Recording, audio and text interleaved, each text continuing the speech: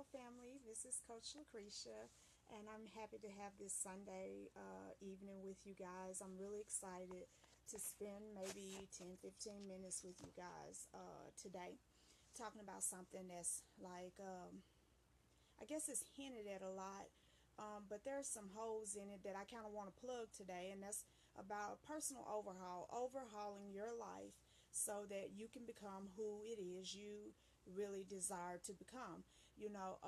And some of us, it's not even about us becoming, it's more about us accepting.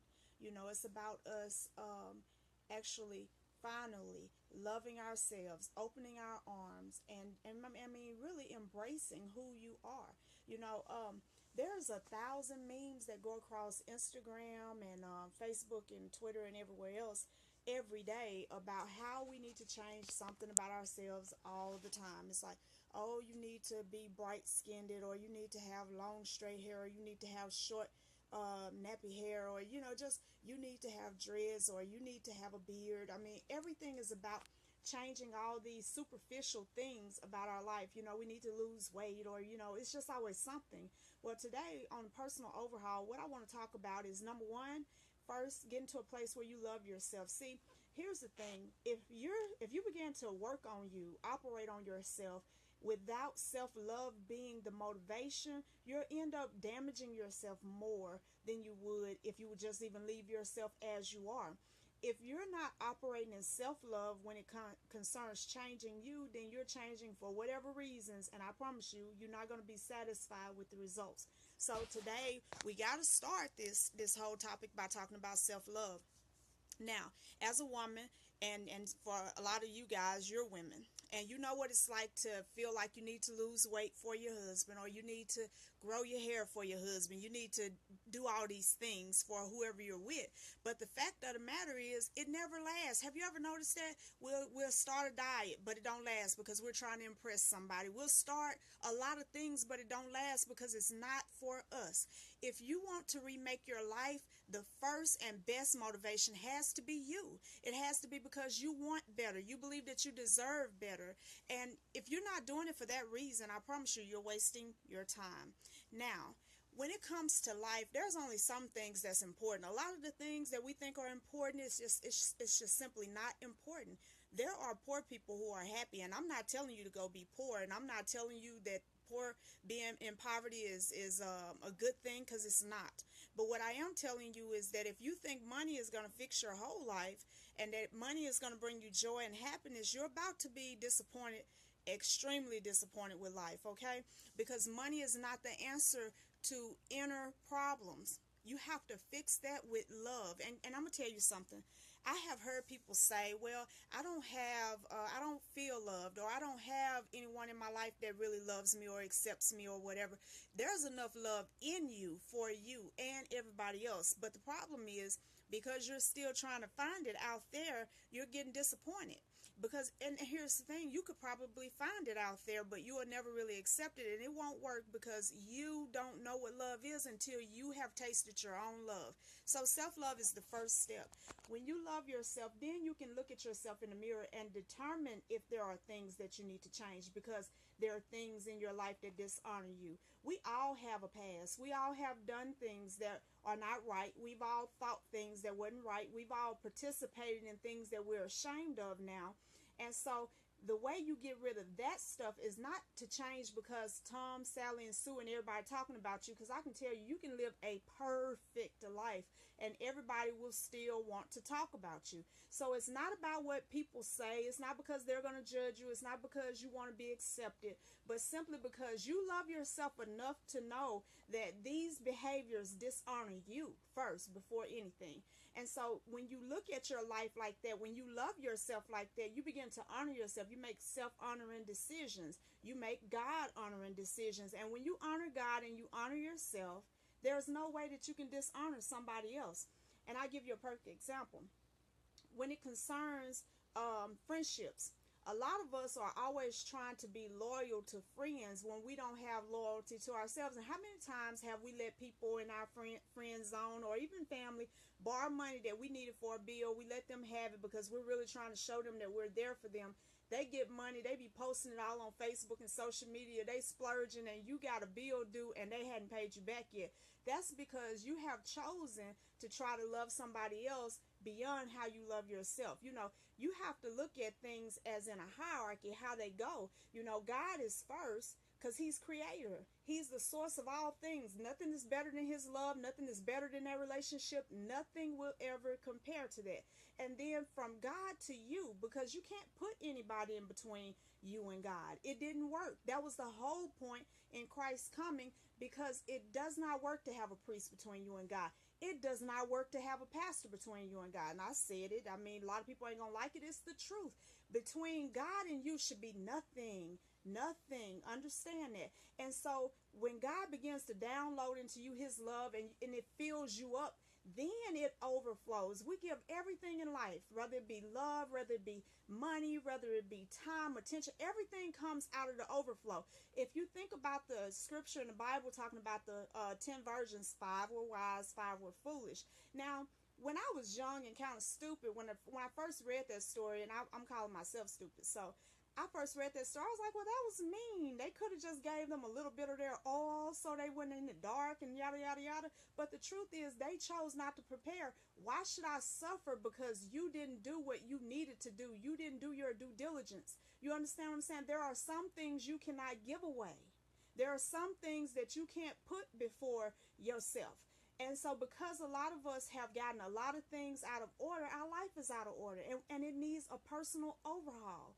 We have to go back to God and let him put us in order. And it's painful sometimes because some of us have created this whole mess of a life because we got all these things just in our life. We don't even know if we're coming or going. We're trying to please mom and daddy still, trying to please husband and wife still. And then we got these kids we trying to please, got friends, then we got bosses, then we got enemies that we trying to impress. I mean, we just got all this stuff, and it's just, and at the moment when you're in it, it feels like I don't know how to let any of this go. I don't know how to start remaking my life because I love my parents. I love my spouse. I love my kids. But the problem is, where are you in that? I'll tell you another thing. When I first started flying, I thought it was the damnedest thing, and I just said it because that's how I felt about it. But they give you these instructions. It's like if something was to happen, you get your face mask, put your own on first, and then do your child. Then do help the person next to you.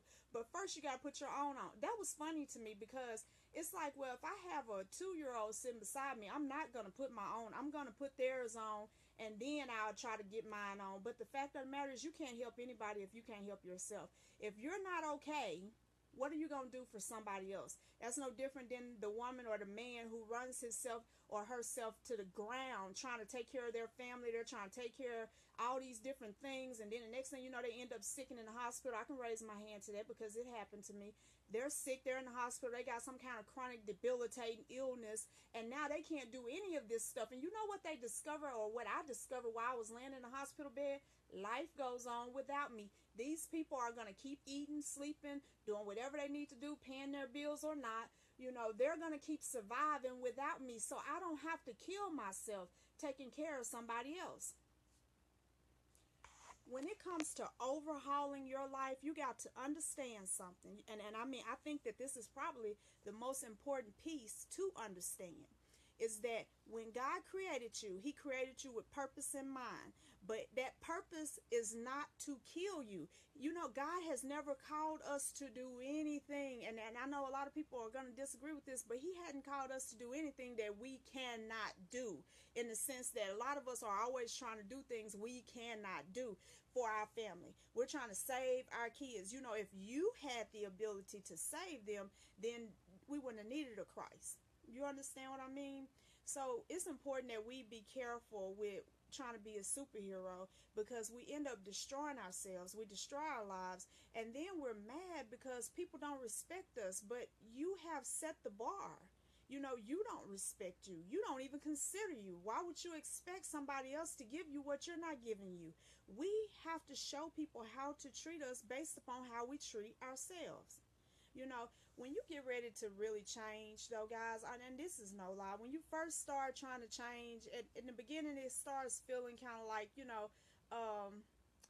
you start losing people. You lose family, you lose friends, people stop calling, you get bored, you get lonely, sometimes it don't feel worth it. And then if you're trying to change into something you've never been, or into something you don't have around you, like I want to be a business owner but everybody around you on welfare or whatever, it's extra hard, because after a while you start feeling like, well, maybe I'm not qualified for this, or maybe, I don't even know what this is like. I do know what this is like, so I'll just sit here. Now, a lot of people in life right now, that's where you are. You've decided, you're like the lepers, you decided just to sit outside the gate, and maybe somebody will throw you some food or not, but you're just going to sit there and starve and die instead of get up and go into the city and be delivered like the other lepers were.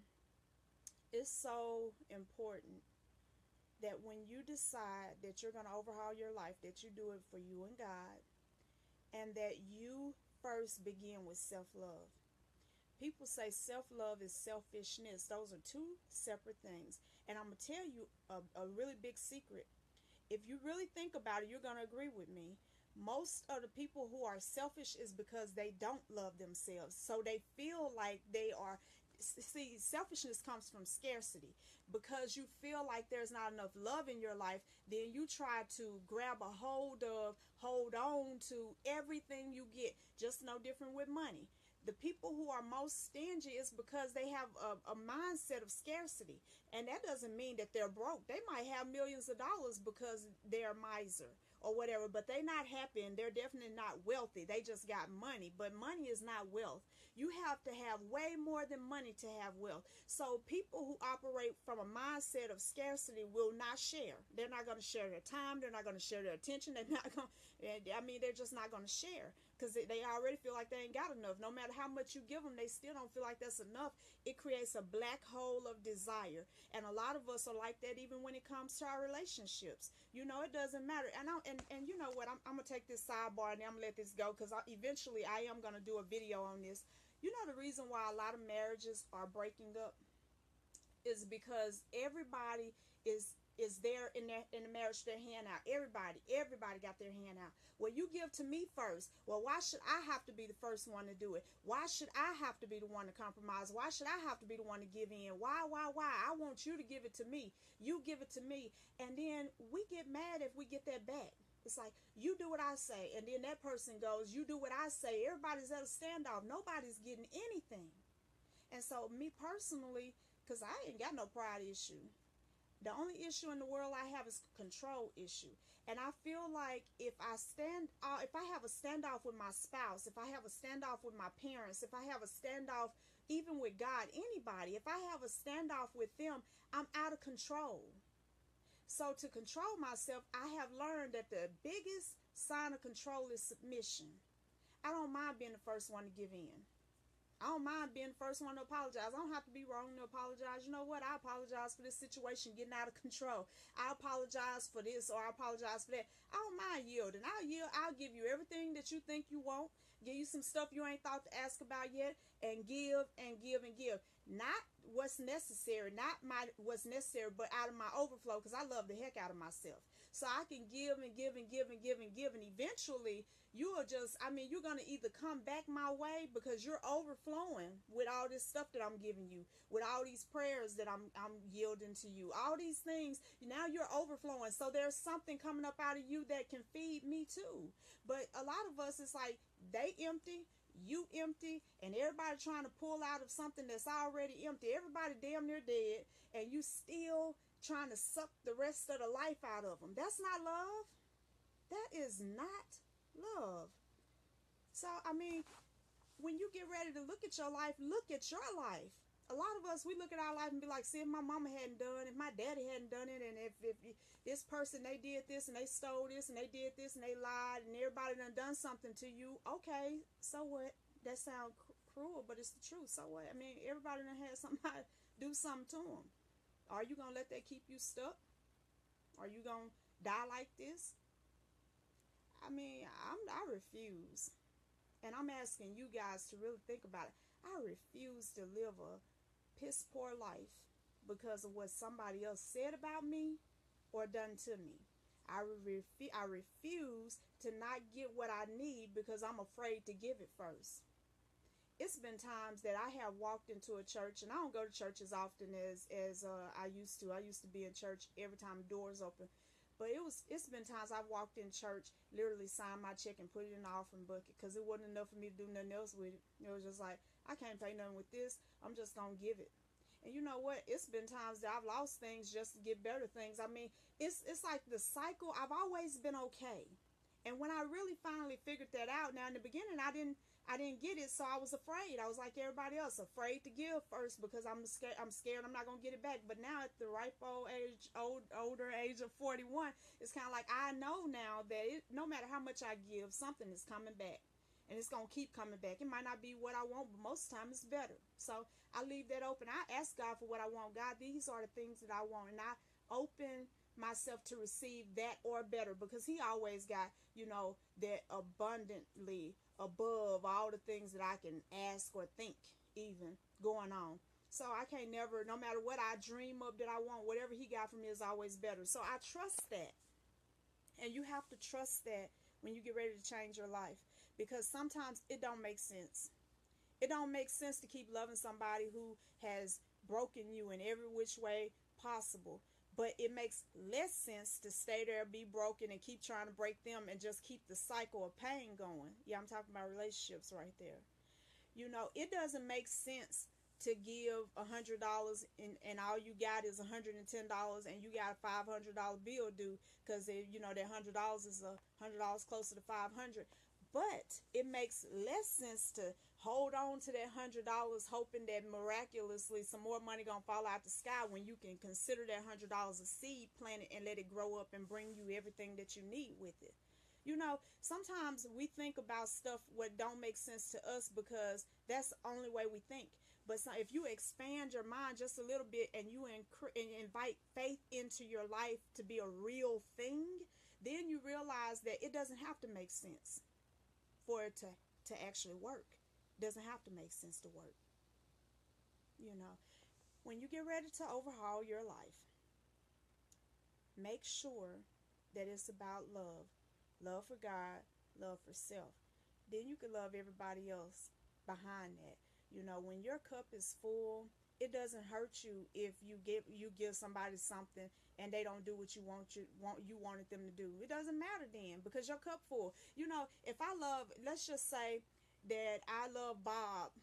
My cup is full, and I meet Bob, and he might not be no good at all. So I give Bob all this great, awesome love, and I'm just loving him, being faithful, cooking and cleaning and coming home and minding my business and blah blah blah, doing all the things that he want me to do. But he's no good, and he don't really do what I want him to do. He don't give it back or whatever. So eventually he leave me. Some people say, see, that's why I don't do it. But that's exactly why you should do it. Because I'm going to tell you what happened. This is the part you didn't see. While you was just like pouring all this beautiful love out on Bob, Steve was over there watching like, dang, she is an awesome woman. And waiting on this joker to go. Like, this nigga get up out of here, because I'm supposed to get this one out. That's exactly the kind of woman I want. And then when Bob go, here comes Steve. And then you live happily ever after type of thing.